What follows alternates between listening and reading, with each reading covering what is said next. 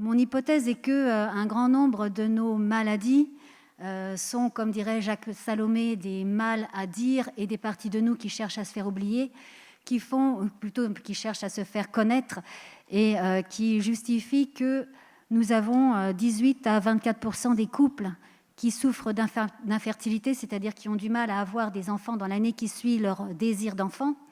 Nous avons 80% des femmes qui font un baby blues d'une façon plus ou moins prononcée. Nous avons 20 à 80% des naissances qui se font par césarienne. Et on pourrait incriminer, comme on l'a fait déjà beaucoup les médecins, mais on doit bien reconnaître que nous-mêmes, les femmes, nous sommes responsables, femmes et familles et couples et société entière, nous sommes responsables parce que, comme on en a parlé un peu ce matin, nous avons une vie à 100 000 à l'heure et que nous avons tellement peur de plein de choses que nous préférons être sûrs que ce sera le gynécologue obstétricien dans lequel on a tellement confiance qui va venir nous accoucher. Et que du coup, on va se dire, tiens, si je programme mon accouchement et si j'accouche seulement 2 jours avant la date prévue, eh ben, c'est pas beaucoup finalement. Et au moins, je serai super rassurée. Et c'est quand même important, oui, c'est vrai, c'est très important d'être rassurée. Donc, 80% des naissances se font par césarienne dans les maternités ultramodernes. 12% des personnes ont une phobie, souffrent de phobie, et nous n'aurons pas le temps de développer de façon très importante les raisons pour lesquelles elles souffrent de phobie, mais c'est en lien direct avec la physiologie de la naissance et toutes les épreuves que l'on contacte lorsque l'on arrive au monde.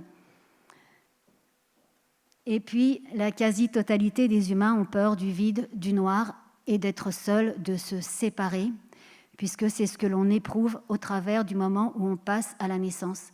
Oui, je rebondis juste une petite parenthèse sur le fait que, évidemment, tout ne commence pas à la naissance et que déjà dès la conception, il y a des choses qui sont en place. Dans certaines cultures, on parle de la naissance 1 an avant le jour dit de la naissance, hein, et même 2 ans avant le jour dit de la naissance. Puisque la naissance est déjà fantasmée et l'enfant est déjà fantasmé dans le désir de l'enfant et dans le désir des parents et dans le désir du couple, voire de toute la famille. Enfin, 60 à 75% des personnes ont peur de parler en public, puisque s'exposer a été tellement traumatisant dans bien des cas, lors de la naissance, lors de la mise au monde. Et 70%, statistiques d'Air France, 70% des personnes ont peur de prendre l'avion, l'avion étant une métaphore aussi de ce qui se produit pendant la naissance. Enfin, de plus en plus de personnes souffrent d'allergies. On a vu ce matin que toutes les maladies auto-immunes peuvent trouver une source dans la façon dont on est pollué par l'extérieur, mais il y a aussi une source en interne, la façon dont on est pollué par nos propres traumatismes infantiles, nos propres traumatismes de gestation et de naissance font que nous allons souffrir d'allergies. Je pense, et j'aimerais bien qu'il y ait des études qui se fassent de façon scientifique sur le sujet, mais moi, mon expérience systématique, par exemple, pour les enfants qui sont nés en étant déclenchés, c'est qu'il va y avoir de l'hyperactivité et éventuellement des allergies, notamment des allergies aux arachides. Voilà, première dia. Alors, deuxième dia. Est-ce que c'est une fatalité? Ben non, il y a des pays où seulement 15% de césariennes sont pratiquées, dans les pays nordiques, et d'ailleurs 15% c'est la statistique que l'OMS considère comme juste. Si nous n'avions pas toutes ces césariennes de confort, nous n'aurions pas besoin de justifier d'une césarienne. Bien sûr qu'il est, heureusement, notre médecine peut intervenir lorsqu'il y a un réel problème physiologique qui peut être aussi lié au stress, mais ce chiffre devrait être limité à 15%, donc on voit qu'on est loin du compte. Enfin, comme je disais tout à l'heure, nous pourrions carrément accoucher dans la jouissance, au lieu d'accoucher seulement sans douleur ou sans violence, y compris sans péridurale. Et puis, mon expérience de thérapeute, depuis que je travaille de façon totalement, je dirais, impromptue et imprévisible, je ne pensais pas du tout découvrir tout ce que j'ai pu découvrir depuis que je fais cette approche qui est une synthèse de toutes les approches thérapeutiques que j'ai pu faire depuis que je fais de la thérapie, de la psychanalyse en passant par la thérapie reichienne, la biodynamique, la bioénergie, le sensorimoteur, j'en passe, c'est des meilleurs. J'ai fini par m'accrocher à cette thérapie EMDR qui, pour moi, explique plein de choses et qui n'a pas besoin de passer par « je raconte toute ma vie », comme pour ce que je comprends de ce que dit mon collègue de tout à l'heure sur la myesthésie.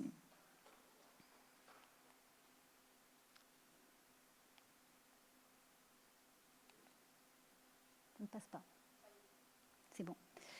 Donc, les causes, pour moi, sont multifactorielles. Bien sûr qu'il y a les allergies, j'en ai parlé tout à l'heure, mais qu'il y a les environnements externes. Et c'est important. Toutes les entrées sont bonnes à prendre. Mais nettoyer à l'intérieur de soi et devenir de plus en plus conscient permet de réparer plein de choses et d'éviter que les choses empirent. Voire même J'adorais l'intervention de notre collègue généticienne ce matin, car effectivement, rien n'est irrémédiable. Et ça, c'est quand même le message aussi qui est important de faire passer, c'est que tout se répare.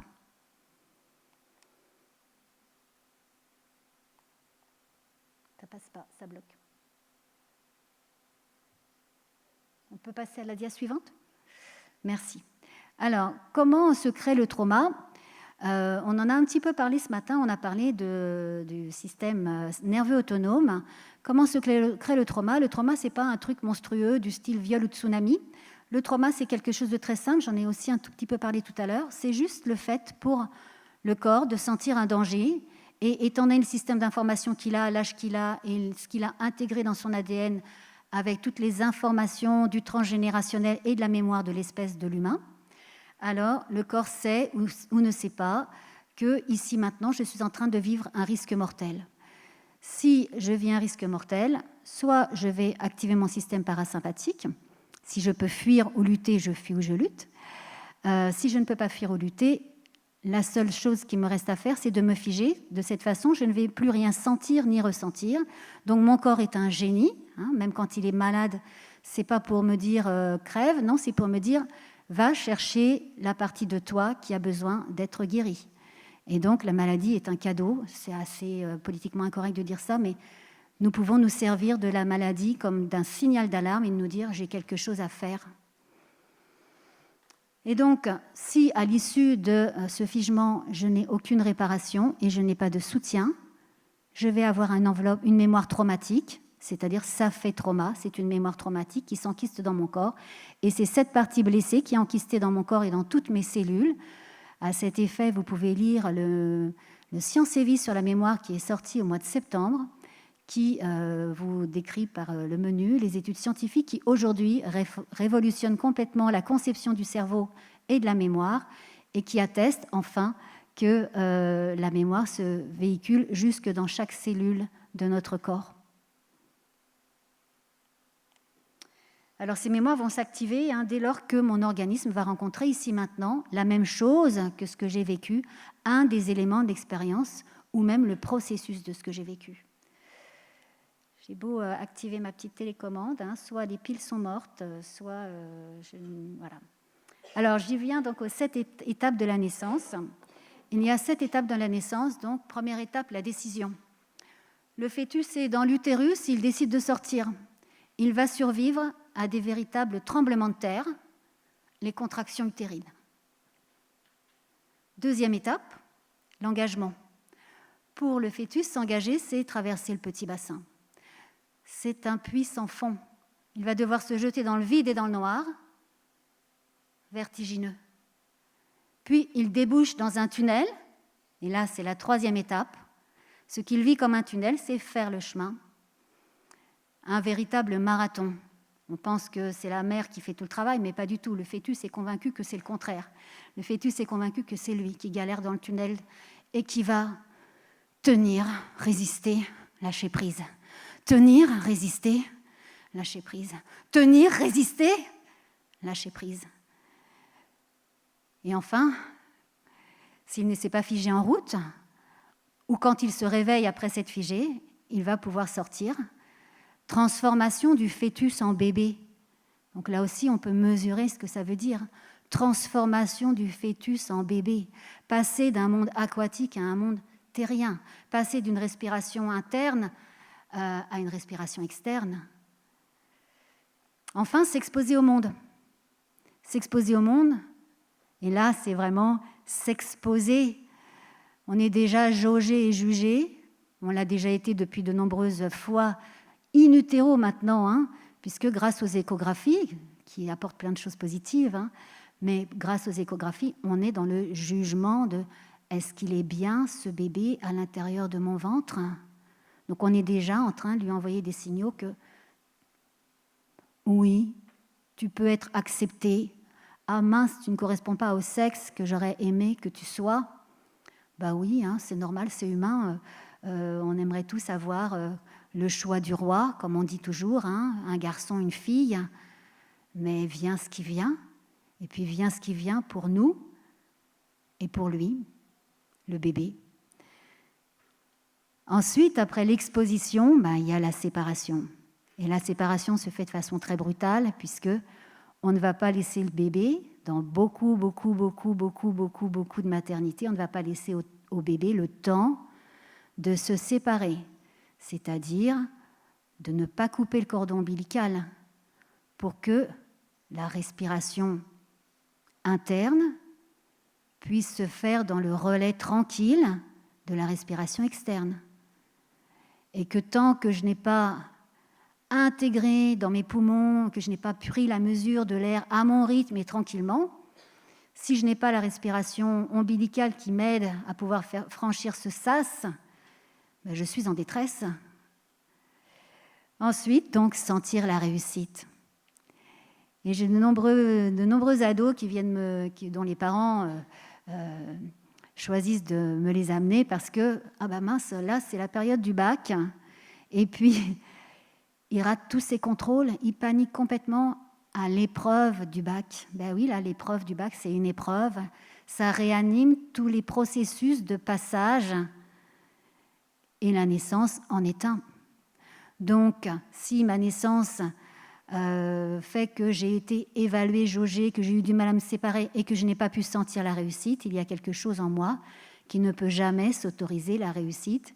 Je disais lors du spectacle à Avignon, 20 ans entre deux finales pour que nous soyons champions du monde. Hein, et nous voyons combien dans les matchs de tennis, la balle de match, là, certains sont déjà, là, ça y est, on est quasiment 2-7-0. Et puis, dans le troisième set, j'ai déjà tous mes sets et pourtant, je n'arriverai pas à mettre la balle de match. Et l'autre va me remonter 5-3. Parce que réussir est tellement condamné chez tous les humains. Nous n'avons pas pu sentir la joie de la réussite. Donc voilà les 7 étapes de la naissance. À partir de là, j'ai plein de problématiques qui vont se lier. Décider, je vais avoir toutes les problématiques de décision. Si je n'ai pas pu décider parce que mon accouchement a été programmé ou parce que je n'avais pas envie de sortir, on est obligé de programmer l'accouchement parce que ça fait déjà 10 jours que tu aurais dû être dehors et que tu ne veux toujours pas sortir. Mais le fœtus, il a besoin qu'on lui parle, il a besoin de sentir qu'il est désiré, il a besoin de sentir qu'il est attendu, il a besoin de sentir qu'on est avec lui et qu'on ne va pas le juger, qu'on va l'accueillir comme il est et que dans l'ensemble, ce sera suffisamment bienveillant, l'environnement dehors. Donc, il y a des fœtus qui décident de ne pas y aller. Et puis, s'engager, c'est, comme je l'ai dit, une véritable épreuve. Donc, nous aurons toutes les problématiques de l'engagement. Or, et c'est souvent chez les hommes qu'on le constate le plus particulièrement, mais souvent les hommes vont dire « moi, je viens vous voir parce que je n'arrive pas à m'engager et puis du coup, mes couples ne fonctionnent pas, ma partenaire aurait absolument voulu qu'on se marie tout le temps et moi, je ne peux pas. Ça n'est pas possible. » Ça n'a rien à voir avec l'amour que j'ai pour l'autre, en fait. Ça a à voir avec mon cerveau reptilien, ça a à voir avec cette partie de moi qui est convaincue que si elle s'engage, elle va souffrir le martyre ou bien mourir en route. Donc, pourquoi s'engager? C'est pareil pour faire le chemin, on dit « oh là là, vas-y ». En plus, tout le système éducatif nous pousse à faire tellement d'efforts. Mais à quoi ça sert de faire des efforts si c'est pour ne pas réussir? Si c'est pour ne pas être accueilli? Si c'est pour arriver en couveuse?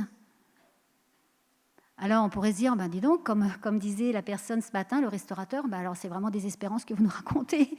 C'est bon là, moi je veux pas prendre d'enfant, je vais pas faire d'enfant, c'est pas la peine que je m'engage dans ce projet. Mais non, au contraire, nous sommes acteurs, nous pouvons savoir, quelle que soit la façon dont ça va se passer.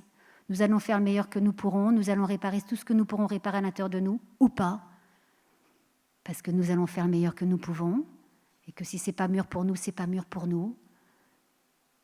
Mais en bout de course, nous pouvons de toute façon parler à notre fœtus, lui dire qu'on le veut, qu'on est là pour lui, qu'on est une dream team, que même s'il atterrissait en couveuse, on sera là pour lui, on lui mettra des MP3, on va lui parler avec nos tripes, avec notre cœur, on va lui mettre notre t-shirt pour qu'il respire notre odeur et pour qu'il sache qu'on l'aime. Et ça passe. On va penser à lui parce qu'on parlait des photons ce matin, de ce qui passe dans l'énergie, dans la lumière. Et tout ça passe de façon, pour le moment, inexplicable. On ne sait pas comment ça passe et pourquoi ça passe, mais ça passe. Et donc, rien n'est désespéré, tout se répare. Et la bonne nouvelle aussi, comme je le disais tout à l'heure, c'est que tout se répare. Qu'ensuite, quand le bébé sort, on va pouvoir le sortir du figement grâce à l'ostéopathie, qu'on va pouvoir l'aider dans ses ressources grâce à une alimentation spécifique, jusqu'à ce qu'il retourne ses gènes et que de nouveau ces gènes s'expriment.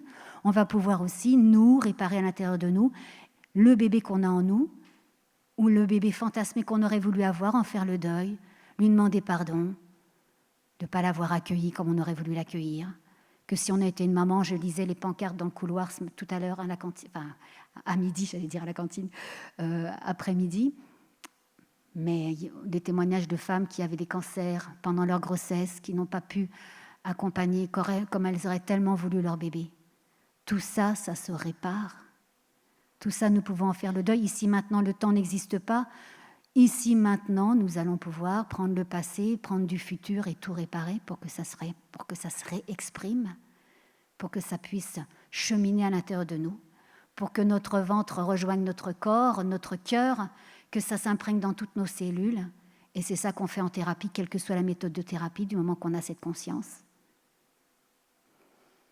Je vais essayer de tenter d'avancer sur mes petites dias. Ça marche toujours. Ah, si. Donc, un credo à revisiter, nos croyances limitantes, les inverser est possible. Avoir la connaissance que de cela permet aussi de s'accompagner soi-même. Nous pouvons, si nous ne voulons pas faire de thérapie avec quelqu'un, nous pouvons nous parler à nous-mêmes, parler à toutes nos parties blessées. Nous sommes multiples à l'intérieur de nous. Et donc parler à toutes ces parties blessées, à chaque fois que nous sentons que nous avons un découragement, une dévalorisation de nous-mêmes, et nous passons notre journée à nous insulter. « Oh, qu'est-ce que je suis con, j'ai encore oublié ceci. » Cela, nous dire « Je m'excuse de t'insulter, je sais que tu fais le meilleur que tu peux. Je suis avec toi quand c'est difficile pour toi. » Nous parler à nous-mêmes, et ça n'est pas un signe de folie, au contraire, c'est un signe de bonne santé mentale. Et puis donc des thérapies axées mémoire, aller chercher les mémoires. Et donc nous pouvons, au moment de la naissance, et la raison pour laquelle je parle particulièrement des mémoires de naissance, nous pouvons, au moment de la naissance, avec cette conscience-là, parler à notre bébé, savoir qu'on est une dream team, que nous, l'équipe médicale, les sages-femmes, les obstétriciens, les gens qu'on a choisi d'accoucher, étant donné qui on est, y compris dans une clinique ultra-moderne où on va décider d'accoucher de façon programmée par césarienne, car l'idée n'est pas de se culpabiliser, l'idée est de faire ce qui est juste pour nous à ce moment-là, étant donné là où on en est, de pouvoir dire à notre bébé et à nous-mêmes, tu peux décider à ton rythme, et pardon si tu n'as pas pu décider parce que là, moi, je suis dévastée et que je ne peux pas faire autrement, mais tu auras le droit de continuer à décider pour plein d'autres choses dans ta vie. Tu peux t'engager et l'engagement débouchera sur du positif. Faire le chemin, ce sera plaisant, ce sera jouissif, au lieu que ce soit des efforts improductifs. Parce que tu vas être encouragé par « vas-y, je sais que tu vas y arriver, on est ensemble ». Tu trouveras de l'aide en route, puisque je suis là pour te dire que tu vas y arriver. Et puis, tu seras accueilli, fêté. Te séparer pour vivre ta vie se fera dans l'amour et dans le respect de ton rythme et de qui tu es. Et enfin, tu vas réussir. Tu as tout pour toi pour réussir, tu as toutes les ressources. Et de toute façon, tu as déjà réussi puisque tu as réussi à être vivant. ou le moins blessé que tu peux être. On est une Dream Team, donc ça c'est vraiment mon leitmotiv. Dia suivante, je crois que j'ai fini normalement. Voilà, pour aller plus loin. Et je vais être à l'espace Pégase, un livre et puis un spectacle qui pour le moment n'est pas encore programmé, mais je pense que je vais le rejouer d'ici la fin de l'année 2019, sur Paris au moins. Voilà. Bonne suite avec mon collègue qui va vous parler de la maïesthésie. Merci de votre attention.